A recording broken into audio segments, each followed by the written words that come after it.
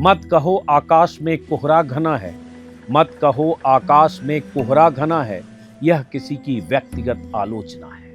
दुष्यंत कुमार की इन लाइनों को जहन में रखकर देश के मौजूदा हालात को समझिए। सर्द मौसम है, देश के बड़े हिस्से में धुंध, कोहरा और कुहासा है, लेकिन ये कोहरा तो बदलते मौसम के साथ खत्म हो जाएगा। नफरत के उस कोहरे का क्या, जिसकी मोटी परत, मोटी चादर देश के लाखों लोगों के जहन पर चढ़ गई है। उस कोहरे पर बात करना आज की तारीख में वाकई किसी की व्यक्तिगत आलोचना है, सत्ता के शीर्ष पर बैठे शख्स की व्यक्तिगत आलोचना, क्योंकि नफरत का कोहरा और नाइंसाफियों की धुंध उनकी ही तो देन है। हम सब नए साल के दरवाजे पर खड़े हैं, लेकिन बीत रहे साल की बुरी तस्वीरें, तकलीफदेह घटनाएं, अल्पसंख्यकों के साथ नाइंसाफियां हम सब के जहन में एक धुंध की शक्ल में पैठ बना चुका है। एक कोहरे की शक्ल में हम सब के जहन में दर्ज हो चुका है, जिसके छटने का हम इंतजार करेंगे। सत्ता के संरक्षण में पलते फलते फूलते संगठन और तंत्र ने देश में इंसानियत को कई बार लहूलुहान किया। हिंदुत्ववादी ताकतों के बेलगाम दस्तों ने साल के आखिरी दिनों में हम सबको ऐसे ऐसे मंजर दिखाए, जिसकी वजह से गुजरते साल 2025 को बुरी यादों की चादर ओढ़कर विदा लेने को मजबूर होना पड़ा। साल के आखिरी महीने का आखिरी हफ्ता जश्न, उत्सव, उल्लास और मस्ती का होता है, लेकिन मोदी राज में बेलगाम हो चुके बजरंग दल, वीएचपी और ऐसे हिंदुत्ववादी संगठनों के नफरती समूहों ने हिंसा, उत्पात, मारपीट और हंगामे की ऐसी इबारत लिख दी जिसे कभी मिटाया नहीं जा सकेगा। तस्वीरें गवाह हैं, घटनाएं गवाह हैं, नाइंसाफियों की कहानियां गवाह हैं। यूपी से लेकर एमपी तक, हरियाणा से लेकर असम तक, उत्तराखंड से लेकर उड़ीसा तक, उन राज्यों में जहां बीजेपी की सरकारें हैं, वहां क्या कुछ हुआ बीते 15 दिनों के भीतर सोशल मीडिया पर लगातार तस्वीरें आती रही, और ये तस्वीरें इतिहास में दर्ज हो रही हैं जब ये साल विदा ले रहा है। नाइंसाफियों की तस्वीरें। कहीं क्रिसमस के मौके पर चर्च के बाहर हनुमान चालीसा पढ़ी गई, लोग क्रिसमस न मना पाए ऐसा माहौल बनाया गया। कहीं क्रिसमस मना रहे लोगों पर हमले किए गए, उनके साथ बदसलूकी की गई। कहीं मॉल में क्रिसमस की तैयारियों को तहस नहस करके अपने हिंसक इरादों का इजहार किया गया। कहीं जापान से आए सैलानी के गंगा नहाने पर बवाल किया गया, विदेशी मेहमानों के साथ सरेआम हिंसक सलूक किया गया। कहीं सेंटा बनकर आए लोगों के साथ अपमानजनक व्यवहार किया गया। कहीं क्रिसमस के जश्न वाली जगह पर तोड़फोड़ करके जय श्री राम के नारे लगाए गए। कहीं ईसाइयों के स्कूल में घुसकर उत्पात मचाया गया, नारेबाजी की गई। कितना गिनाए। देश के अलग अलग राज्यों से ऐसी कई तस्वीरें आई जो बेचैन करने वाली थी। क्रिसमस के मौके पर जब ऐसी तस्वीरें आ रही थी, तभी प्रधानमंत्री मोदी की एक चर्च में मौजूदगी की तस्वीरें भी आई। प्रधानमंत्री के क्रिसमस प्रेयर में हिस्सा लेने और शुभकामनाएं देने की तस्वीरें भी आई, लेकिन प्रधानमंत्री की तरफ से ऐसा कोई बयान नहीं आया जिससे लगे कि उन्हें देश में हो रही घटनाओं ने दुखी या परेशान किया हो। पीएम की तरफ से क्रिसमस को बदरंग करने में जुटे हुड़दंगियों और नफरती गुंडों की निंदा के 2 शब्द भी नहीं आए। पीएम की तरफ से ऐसे संगठनों को कोई नसीहत या निर्देश नहीं दिया गया कि खबरदार, अगर आप लोगों ने देश की फिजा खराब की तो आपके खिलाफ कार्रवाई की जाएगी। देश की सत्ता के केंद्र में मोदी हैं, प्रदेशों में भी उनके ही बनाए मुख्यमंत्री हैं, उनकी ही पार्टी की ज्यादातर राज्यों में सरकारें हैं। अगर प्रधानमंत्री तय कर लेते कि ऐसी घटनाएं हर हाल में रोकी जाए और किसी ने हंगामा, तोड़फोड़ या मारपीट की तो उसे सलाखों के पीछे जाना होगा, तो शायद इन घटनाओं पर विराम लगता। लेकिन ना ऐसा होना था, ना हुआ। मोदी मौन साधकर चुपचाप तमाशा देखते रहे। गुजरते साल को जख्मी होकर विदा होते देखकर हम और आप चाहे जितने दुखी हो रहे हो, मोदी और उनकी जमात को कोई फर्क नहीं पड़ता, क्योंकि देश में अगर ऐसा माहौल बना है तो इसके सबसे बड़े लाभार्थी मोदी और उनकी सेना है। तभी मैंने शुरू में कहा कि नफरत के इस कोहरे पर बात करना किसी की व्यक्तिगत आलोचना है। बीजेपी शासित राज्यों में बीजेपी और संघ से जुड़े संगठनों ने नफरत की खेती करने का बीड़ा उठा रखा है। कभी उनके निशाने पर मुसलमान होते हैं, कभी ईसाई। क्रिसमस के मौके पर हंगामे की तस्वीरें आनी बंद हुई नहीं कि बरेली में एक हिंदू लड़की की बर्थडे पार्टी में उसके मुस्लिम दोस्तों के होने पर बवाल और मारपीट की तस्वीरें सामने आ गई।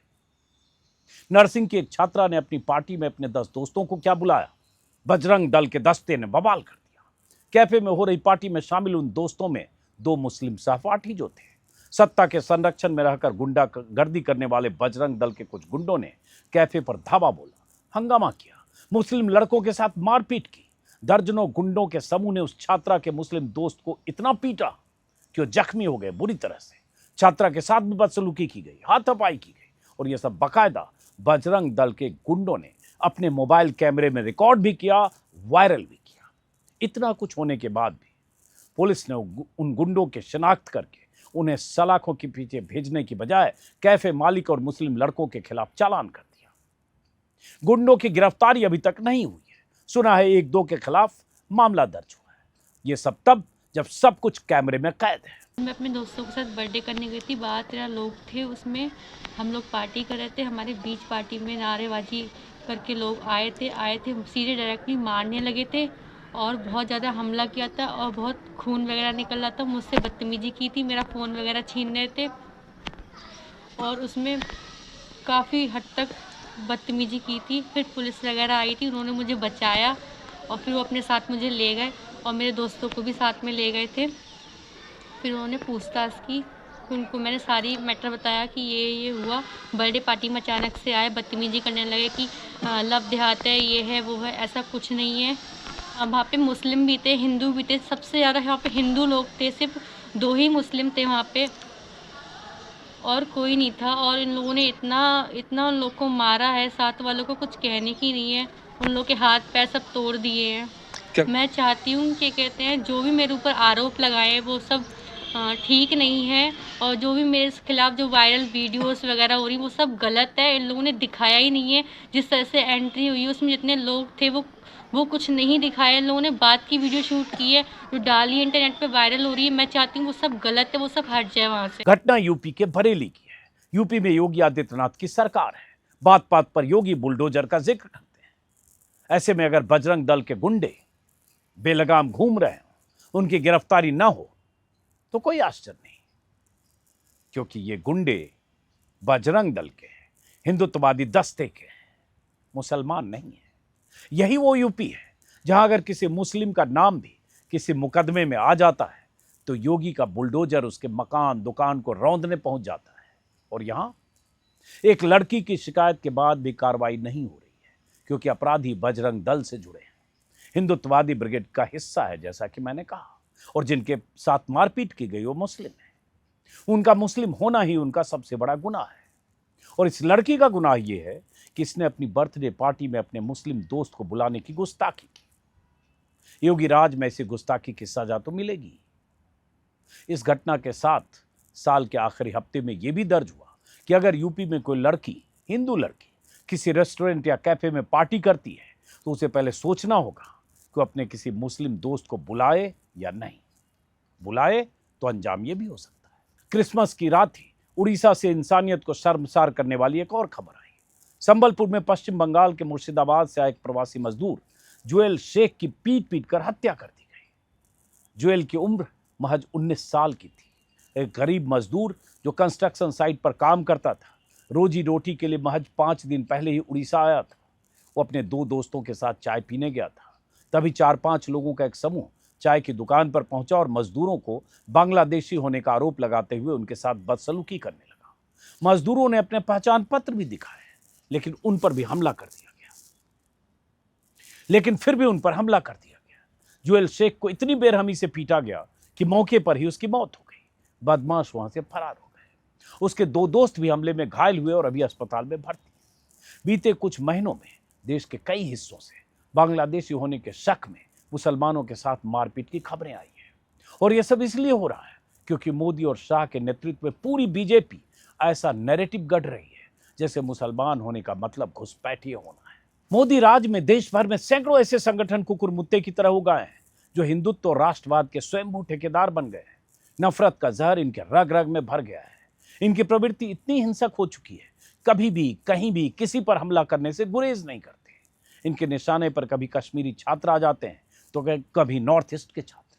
अभी गुजरते साल के आखिरी दिनों में उत्तराखंड से एक बेचैन करने वाली खबर आई। त्रिपुरा का एक MBA स्टूडेंट एंजल चकमा नस्ली हिंसा का शिकार हो गया। बीएसएफ के एक बहादुर जवान का बेटा एंजल चकमा देहरादून की एक प्राइवेट यूनिवर्सिटी में एमबीए की पढ़ाई कर रहा था। एक्सप्रेस में छपी खबर के मुताबिक एंजल चकमा एमबीए के बैच के आखिरी साल के उन स्टूडेंट्स में शामिल था जिसे प्राइवेट कंपनी में नौकरी मिली थी। वो नौकरी करने जाने वाला था। फुटबॉल का शौकीन था, बड़े बड़े सपने होंगे उसके। लेकिन 24 साल का एंजल चकमा 9 दिसंबर को अपने छोटे भाई माइकल के साथ जब देहरादून के एक मार्केट में सब्जी खरीदने गया, तभी लड़कों के ग्रुप ने दोनों भाइयों पर नस्ली टिप्पणियां शुरू की। विरोध करने पर हमलावरों ने मारपीट की और चाकू से जानलेवा हमला करके उसे इस हाल में पहुंचा दिया कि 17 दिनों तक अस्पताल में जिंदगी और मौत की जंग लड़ने के बाद आखिरकार वो इस दुनिया से चला गया। जिंदगी हार गई, मौत जीत गया। लोग मैं था, मेरा भैया था, हम लोग 2 दोस्त हम लोग के साथ हम लोग गए थे सामान लेने के लिए। तो हम लोग उधर पे तो हम लोग अपना सामान वामान लेते हम लोग के साथ। उधर पे उन लोग का ग्रुप था उधर पे पूरा, तो उन लोग थोड़ा पी रखा था उन लोग ने। हम उधर पे गए, हम लोग आ रहे थे उधर से। तो हम लोग आए तो हम लोग अपना बाइक से हम लोग अपना आ रहे थे हम लोग सब। तो उन लोग हम लोग को मेरे को थोड़ा पोक कर रहा था, ये चिंकी उनकी मेरे को थोड़ा सा रेजिज्म कर रहा था। तो मैं थोड़ा अपने तरफ से अपने सेल्फ डिफेंस मतलब थोड़ा बोल रहा था कि भैया क्या हो गया करके। उधर पे हम लोग अपना उस समय फोन में बात कर रहा था मैं अपना, बस मैं अपना कन्फेस किया कि भैया क्या हुआ, गाली क्यों दे रहे हो। तो उनका वो प्लानिंग था क्या था वो मेरे को पता नहीं, पर उन्होंने डायरेक्ट मेरे में अटैक कर दिया उन लोग ने। तो फिर भैया आया मेरे को बचाने के लिए आया। फिर भैया को मेरे को कड़ा से मारा, भैया को लगा उससे। फिर भैया को उन लोगों ने चाकू मार दिया स्पाइन की तरफ में। तुझे तो मारा था? मेरे को इधर में लगा, सर में भी मारा। देखो दिखाना अच्छे से, ये इधर मारा है। खून दिखाना अच्छे से। हाँ ये बात तो अभी भैया को अभी मेरे को जो भी था मेरे को वो अभी बस अभी उसको हम लोग देखना चाहते हैं क्या हुआ उनसे पूछेंगे अभी क्या हुआ करके। अभी बस अभी वो हम लोग मेरे भाई को इंसाफ चाहिए कि क्यों किया उन लोग ने ऐसा। एंजल का परिवार सदमे में है, पूछ रहा है कि आखिर हम त्रिपुरा के हैं तो हमारा क्या कसूर है, हमारे बच्चे को चीनी चिंकी मोमो कहकर क्यों मारा गया। एंजल की मौत के बाद नॉर्थ ईस्ट में लगातार प्रदर्शन हो रहे हैं, कभी नस्ल के आधार पर, कभी धर्म के आधार पर, कभी भाषा के आधार पर हमले अलग अलग राज्यों में होते रहते हैं। आखिर देश कहां जा रहा है। कश्मीरी छात्रों के साथ कुछ महीने पहले लगातार ऐसे बर्ताव की खबरें कई राज्यों से आई। मुस्लिम होने और कश्मीरी होने की वजह से हिंदुत्ववादी ब्रिगेड ने उनके साथ कॉलेजों में घुसकर मारपीट की, शहर और यूनिवर्सिटी छोड़ने को मजबूर किया। और अगर मैं ऐसी तमाम घटनाओं को गिनाने लगूं तो ये वीडियो 3 से 4 घंटे में भी खत्म नहीं हो पाएगा। मोदी जी ने 11.5 साल के अपने राज में देश को ऐसे मुहाने पर लाकर खड़ा कर दिया है जहां से लौटना अब कई बार मुश्किल लगता है। हम सब उम्मीद करेंगे कि नया साल इससे बेहतर साल हो, लेकिन हमें यह भी पता है कि अगले साल भी हमें नाउमीदी ही हाथ लगने वाली है। वो सिर्फ इसलिए क्योंकि सत्ता के शीर्ष पर बैठे लोगों की मंशा संदिग्ध है, इरादे नेक नहीं है। उन्हें हिंदू मुस्लिम और नफरत वाली राजनीति करनी है। अपनी सियासत चमकाए रखने के लिए, सत्ता के केंद्र में बने रहने के लिए उन्हें नफरत की खेती में ही खाद पानी देते रहना है। जैसे जैसे चुनाव का वक्त आता है, नफरती राजनीति की धार और तेज होने लगती है। पहले दूसरी, तीसरी और चौथी कतार के नेता मुसलमानों के खिलाफ बयानबाजी करते हैं, नफरती भाषण देते हैं, उन्हें पाकिस्तानी और बांग्लादेशी घोषित करने लगते हैं, उन्हें सबक सिखाने की धमकी देते हैं, हिंदुओं को मुसलमानों के खिलाफ भड़काते हैं, उकसाते हैं। और ठीक चुनाव के पहले जब मोदी मैदान में उतरते हैं तो नफरत की उसी जमीन पर खड़े होकर जहरीले भाषण देते हैं। कभी कपड़ों से पहचाने जाने की बात करते हैं तो कभी उन्हें घुसपैठिए घोषित कर देते हैं। तब लगता है सबका मालिक तो एक है। हम छोटे छोटे लोगों को बेकार ही दोषी ठहराते हैं। बिहार में बीते महीनों में किस तरह से भाषणबाजी हुई चुनाव के दौरान, आप सबने देखा होगा। अब बंगाल की बारी है।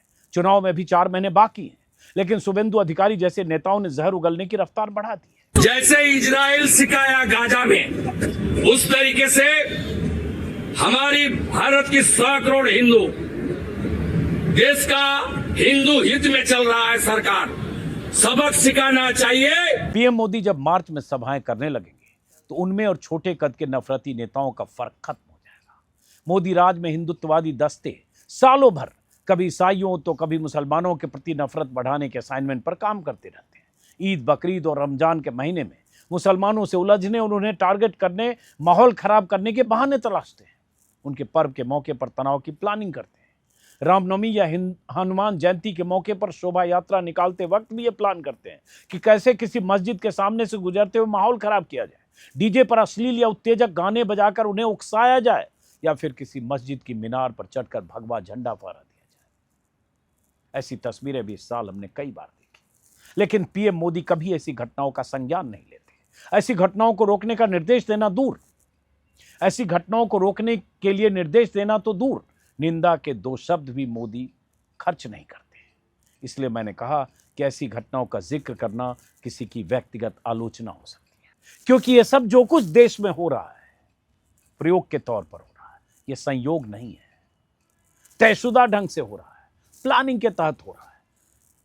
क्योंकि जो संगठन, जिन संगठनों से जुड़े लोग, वो बेलगाम गुंडे, बेलगाम दस्ते या उत्पाती ब्रिगेड के जो लफंगे अलग अलग मौकों पर हंगामे करते हैं, मारपीट करते हैं, हिंसा करते हैं, उन पर लगाम लगाना इतना मुश्किल नहीं है।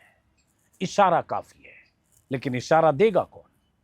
वही जो चुनाव के वक्त खुद अपने भाषणों में कहता है कपड़ों से पहचाने जा रहे हैं, जो चुनाव के वक्त खुद अपने भाषणों में कहता है ये बांग्लादेशी घुसपैठिए हैं, जो चुनाव के वक्त एक पूरी जमात को कहता है ये ज्यादा बच्चा पैदा करने वाली जमात है, ये आपकी जायदाद, संपत्ति, कार, मोटरसाइकिल और आपके भैंस भी छीन लेगी, किसी पार्टी का हवा खड़ा करते वक्त। तो जब ऊपर बैठा शख्स ऐसे भाषण देता है, इस तरह के नैरेटिव गढ़ता है, तो नीचे बैठे लोग, उन्हें वही संदेश है कि उन्हें क्या करना है, जमीन पर वो वही कर रहे हैं। और उन्हें अगर ये पता हो कि इस तरह से क्रिसमस के मौके पर हंगामा करेंगे तो उनके खिलाफ इतनी संगीन धाराएं लगेंगी, और योगी का या मध्य प्रदेश के मुख्यमंत्री का बुलडोजर उसी तरह से उनके घरों को रौंद देगा, बुलडोज कर देगा, जैसे किसी मुस्लिम आरोपी या मुस्लिम अभियुक्त के, दोषी के घरों पर बुलडोजर पहुंचता है, तो फिर शायद उन्हें 100 बार सोचना पड़े घर से इस तरह से हुड़दंगी ब्रिगेड का हिस्सा बनकर निकलने से पहले। लेकिन उन्हें पता है कि उन्हें कुछ बिगड़ेगा नहीं, उनका कुछ बिगड़ेगा नहीं। उनके संरक्षक बीजेपी में बैठे, बीजेपी के नेतृत्व में बैठे लोग, सरकार में बैठे लोग हैं, और सबका रिश्ता आपस में एक दूसरे से जुड़ा हुआ है। और आज जो हुड़दंगी है, कल को वही बीजेपी के विधायक हो सकते हैं, कोई बीजेपी का सांसद हो सकता है, कोई मंत्री हो सकता है, कोई बीजेपी के किसी और ओहदे पर हो सकता है। ये उसे पता है कि आसान सीढ़ी है। बहरहाल ये साल गुजर रहा है, नया साल 2 दिन बाद नए साल के दरवाजे पर, जैसा कि मैंने कहा, नए साल के दरवाजे पर हम खड़े हैं। नया साल दस्तक दे रहा है। बहुत सारे लोग उम्मीद से देखते हैं, हम जैसे लोगों को भी लगता है कि कई बार नया साल बेहतर हो, लेकिन देश में जो बीते 10 सालों में, 11 सालों में हुआ है, जिस तरह की राजनीति हो रही है, उसे कई बार बेहतरी की उम्मीद नहीं दिखती। लेकिन चलिए, ये साल गुजरते गुजरते अच्छी खबर सुप्रीम कोर्ट से आई कि उन्नाव की रेप पीड़िता कुलदीप सेंगर के खिलाफ जो संघर्ष कर रही थी, कुलदीप सेंगर को हाईकोर्ट से जमानत मिलने के खिलाफ जो संघर्ष कर रही थी, उसमें थोड़ी कामयाबी मिली कि सुप्रीम कोर्ट ने हाईकोर्ट के उस फैसले को फिलहाल रोक दिया है। थोड़ी सी उम्मीद सुप्रीम कोर्ट से। फिलहाल नए साल की अग्रिम शुभकामनाएं। मुलाकात होती रहेगी। नमस्कार।